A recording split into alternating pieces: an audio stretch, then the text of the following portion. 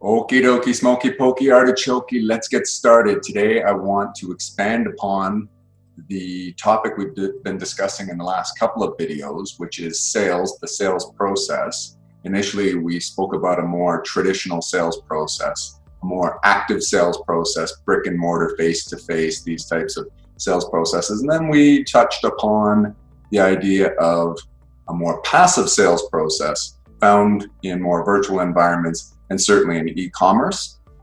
And in that video, I mentioned the concept of conversions, and that's what we're going to go into today. So before we get started, as usual, I want to make sure that you grab a pen and a pad of paper and commit yourself to taking away something. Take down a note and pause the video when something resonates with you that relates to your business. Take a note, take away something actionable, something that you're committed to doing something about today that will improve your business and improve your chances for success. All right, with that stated, let's go ahead.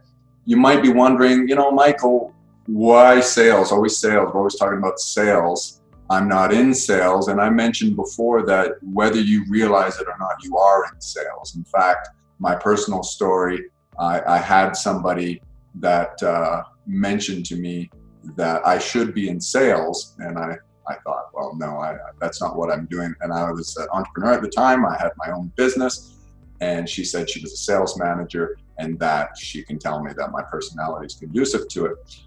That's not what I'm saying. I'm not saying that if you're watching this that you have a personality conducive to sales. What I'm saying is if you're watching this because you are an entrepreneur or you're a business owner, you need to be in sales. You need to understand sales. You need to understand the art of persuasion and influence.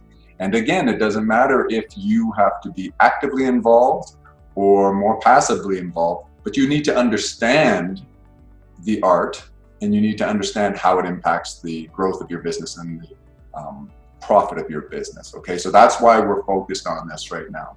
So let's go to the concept of the conversions that I alluded to before. And so when you think of your sales process and the customer's journey along your sales process, the customer's experience, you have to design that. You kind of have to create a workflow. You have to create a blueprint of what exactly do you want your customer to encounter and experience on their journey throughout your sales process.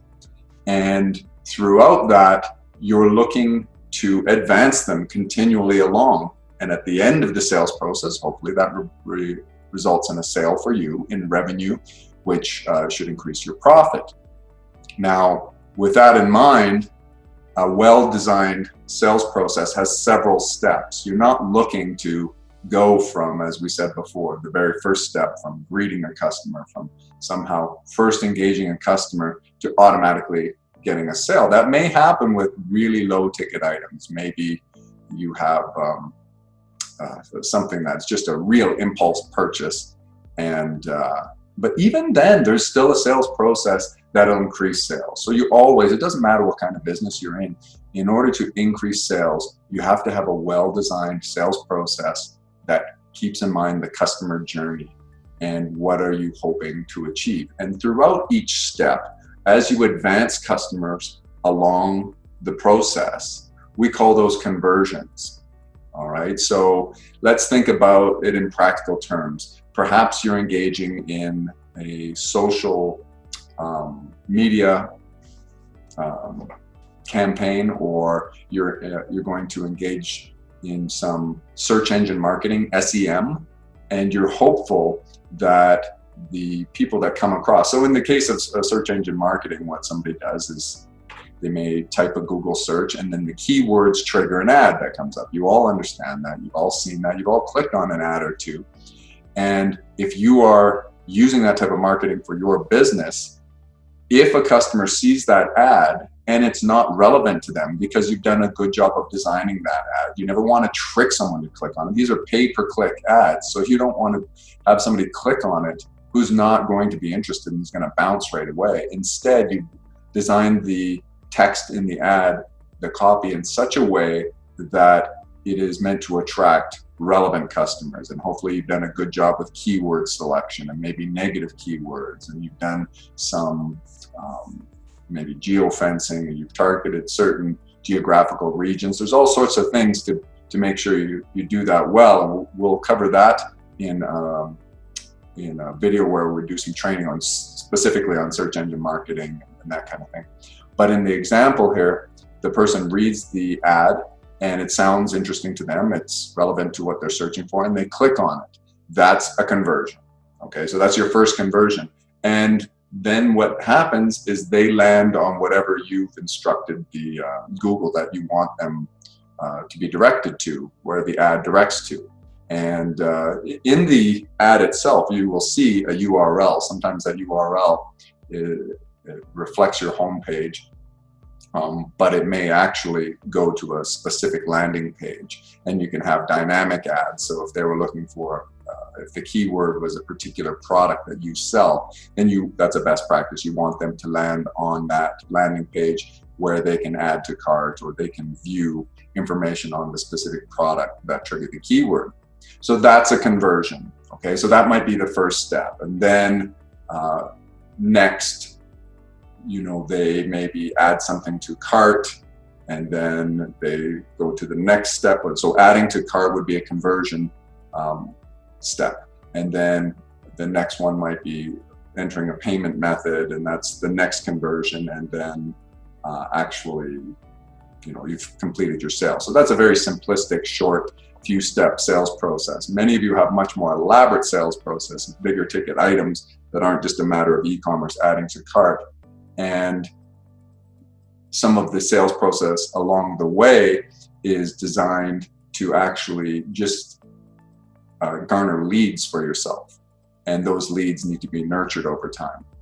So it might be content marketing that you're using. It may be that you've got a newsletter that people subscribe to. Whatever it is, you've got to map this out. How do you envision that the customer is going to go from never having heard of your business, never engaged with you, never interacted with you, to actually becoming your customer? And what is likely to occur in between? And many of the types of industries and many businesses out there are really hoping to spend some time building that trust. Remember, we talk about people buy from those that they know, like, and trust. And also, when you're selling anything, you need to sell yourself, you need to sell the brand, the company that stands behind the product, and you need to sell the product or service. And so in the sales process, what you're doing is you're spending time doing those things, building trust, getting people to become aware and trust the brand, trust that the product's going to be of good quality and that the service will fulfill their needs. So that's where we have things for trust, like reviews, online reviews, customer testimonials, and all those kind of things can help to do that. But all of that stuff that I mentioned in these examples can be part of your engagement with customers along their journey in your sales process, where you strategically introduce these things to them so that they can read it, that you walk them through that path in their in the progression of clicks through your website, and they watch the video and these types of things. So as you're going through that, each one of those steps we refer to as a conversion. Now, when people think of the sales process and closing a sale, most people are familiar with the idea of a closing average. What is the percentage of customers that I have that end up closing and resulting in a sale? We refer to that as the closing average. Well, all the steps prior to the close, to the actual sales transaction, those are conversions, and you have to monitor that as well. That is critical. So in that previous example I gave of content marketing, maybe used for social media engagement, these are parts of the customer experience further upstream, right? On the other end of the spectrum from the sale. You're hoping to get them from there to the sale, because they don't yet know that your product or service is exactly what they need, but something intrigued them and interested in them. So what you're hoping to do is through content marketing, which is the creation of various content. Of course, you can do blog posts, you can do videos, you can do any kind of thing that a customer consumes and get some value out of, and is intrigued by, and they're like, I want to learn a little bit more. This is along the lines of what I'm looking for. And that's in any industry. You can really do this with anything. And what that's designed to do is to increase your number of leads. Okay, so those are all the conversions along that. If you had more social media engagement, if you had more content marketing reads, like you can, for example, if you're doing a newsletter as part of your content marketing, you can look at the analytics on how many people opened the email. And there's all sorts of analytics you can look at for all of these things. Give us a shout. If you don't know how to do that, we'll walk you through it. And we've got the tools that are very inexpensive to make this a reality for you. All of that is designed to generate more leads for you. And then those leads, you nurture them. You continue to build your trust, again, through content marketing, maybe social media engagement, where the person feels more comfortable, and then often they would convert to landing on your website. So we go from engagement with social media or content marketing with the idea in mind of creating more leads. And then as we've created more leads, of course, more leads should result in more customers. And more customers should result in more sales. And that might seem obvious, and you might want to distinguish, well, what's the difference between the number of customers and the number of sales? Well, if we define a customer as somebody who, from whom you generated revenue, then you might say sales and customers are synonymous. But I would caution you doing that because, as we've talked about before, there are 3 ways to increase your amount of sales, your dollar figure of sales. One is to certainly conquest more customers. The other is to have the frequency with which the customer purchases from you increase. And then the amount of dollars per order can increase. That's another way. So remember, let's go through it again. Engagement in social media and all the various ways that occurs. It might be the number of views, the number of likes, the number of shares. It depends on the social media platform. All of those things, we need to measure those, because as those go up, we can realistically expect that our conversions are going to go up where more of those people end up on our website and we get their contact information, which we call a lead. Okay, so maybe they reach out to us, they fill out a web form, they subscribe to one of our newsletters, or some of the other ways that they may interact with us, they become a lead. So social media engagement results in more leads results in more customers, and more customers results in more sales, and more sales, assuming you're managing your expenses well, should result in more profit. That's what it's all about. It all comes down to measuring. You have to measure all along, okay? So even up to this point, I've been really describing the concept that most of you understand already. It's nothing new, but what may be new and what I want you to do is this evaluation of your best practices in your business, what you're actually doing day to day. Are you actually measuring everything I just described up till now? Do you know how many views you got on the content or the video you posted? Do you know how many people shared the photo that you posted on Instagram? Do you know how many likes you got on a particular Facebook post, or how many people replied to you or retweeted you if you're engaged in that stuff? Do you know how many people have read and actually opened up your newsletter? Opening the newsletter and reading it are 2 different things. And but if they're not even opening it, then you know that it's certainly not being read. Are you measuring this stuff?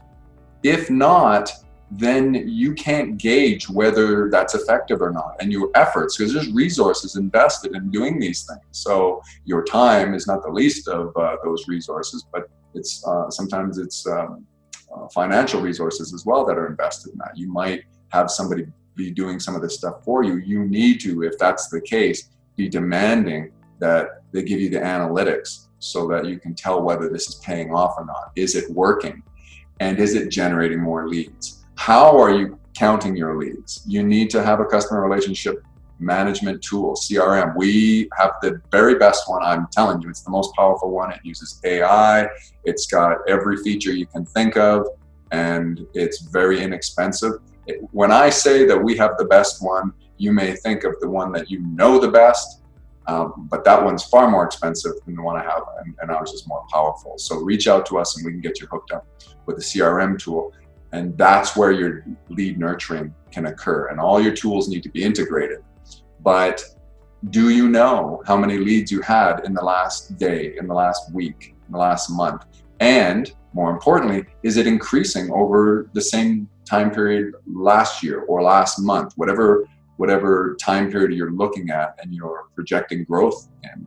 If you're not getting growth further upstream, it's almost inevitable that you're going to experience a lack of growth at downstream at the end of the funnel when you're hoping that your revenues and your profits will increase. They're not going to. So that's why I want to encourage you to spend the time to map out exactly what your sales process is, all the steps, and you can get as granular as you want. I would encourage it. But maybe if you're new to this, you want to keep it simple and just have the main steps and start there. Start measuring up at the top of the funnel. How many people are actually engaged in the example I gave in our content marketing or in our social media? How many are being converted in those pay per clicks? How many of those are ending up as unique visitors on our website? How long do they spend on our website? All of these metrics, and we can give you a comprehensive list of all the various things you can measure. They all matter, but you don't want to try to take on too much at once if you're new to this. But all of these things are an indicator of how much stuff is coming down the funnel. And not only can you be encouraged by that and sort of justify the expenditure of the resources that you're investing in making this stuff happen, but you can also focus on improvement. What this will allow you to do is zero in on the best opportunities for improvement. You might find that certain conversions are working no problem whatsoever. Lickety split, people go through that and we're doing a great job here. And then you find some sticking points. You're finding where people are exiting the system. They're abandoning the system. They're abandoning their carts. They're abandoning whatever part of the process they're in, and they're exiting. Their customer journey is over at that point. Well, that doesn't do anything for your business if they permanently abandon it. Of course, we want to nurture them, and we want to also create strategies that re-engage them and get them back into the customer journey, the sales process, so that we can continue to convert them along the path. And there are different ways of doing that. Just to name a couple of examples, you may have coupons, a particular special. You've probably received an email that said, "We miss you, we want you back." There's a specific offer. And these things may be based upon what they know about you from your browsing history, from your abandoned cart. I've received emails like that we noticed you left your cart. There's 3 items left in your cart last time. We'll give you 10% off if you check out right now, kind of thing, by the end of the day. So there's strategies to bring people back in. The point I was making is that if you're not measuring, not only can you not tell whether you can expect your projections to pan out in terms of profit and revenues, but you also don't know where to go to fix the problem. You have to measure, and each one of these conversions can be a real telltale sign of what's working and what's not working. And then you can spend your time refining those areas that are not working. You want to always perpetually refine your process, offer more and more value, but look throughout the entire customer journey and see what's working and what isn't working. What you may want to do is ask somebody you trust and know to go through the sales process as a test, and depending on what you sell, they may go all the way through it and not convert at the end, but then give you feedback as to what they experience.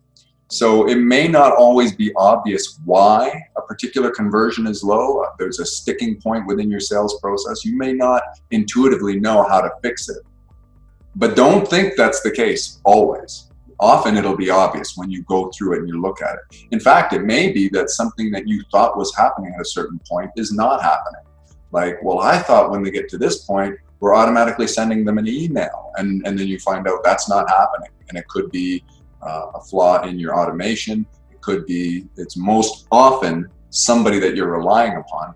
Check out my video on Management 101 if you haven't seen that. Most often the people that you're relying upon to do a particular part of your sales process will fail you. They'll shortcut it, they'll forget, they'll be negligent. We're human beings. We make mistakes, and sometimes we just shortcut and skip things entirely. But go into your sales process either yourself, you can mystery shop your own sales process, or have somebody you trust do that and then give you feedback of what they liked and what they didn't like. Did they find it was very smooth? It might just be a frustration. Remember the 4 ways to build value. The customer experience is way number 1. And when you get that feedback from somebody who is in there, in your sales process and is known to you and you trust them and they give you that feedback, they may tell you, yeah, actually the experience wasn't good at all. I've had feedback from people over time that they were on hold for a long time when they called in for a particular service. And, you know, it's often friends and relatives who may be engaged with your business who say, wow, you know, you're going to be losing business. Or I went on your website and it was a dead link, that page or the link you sent out in your newsletter didn't actually go anywhere. These types of things. And going back to the 4 ways to build value, we talked about the customer experience. So make sure that the customer experience is always getting better. The second one is quality. You want to make sure that you do whatever you can to increase the quality of your product. The third one is convenience, in any way that you can improve convenience for your customers. And the last one is pricing. If you can drive down your costs, if you can add more and more efficiency to your system in such a way that your costs are reduced, then you can work on pricing as well.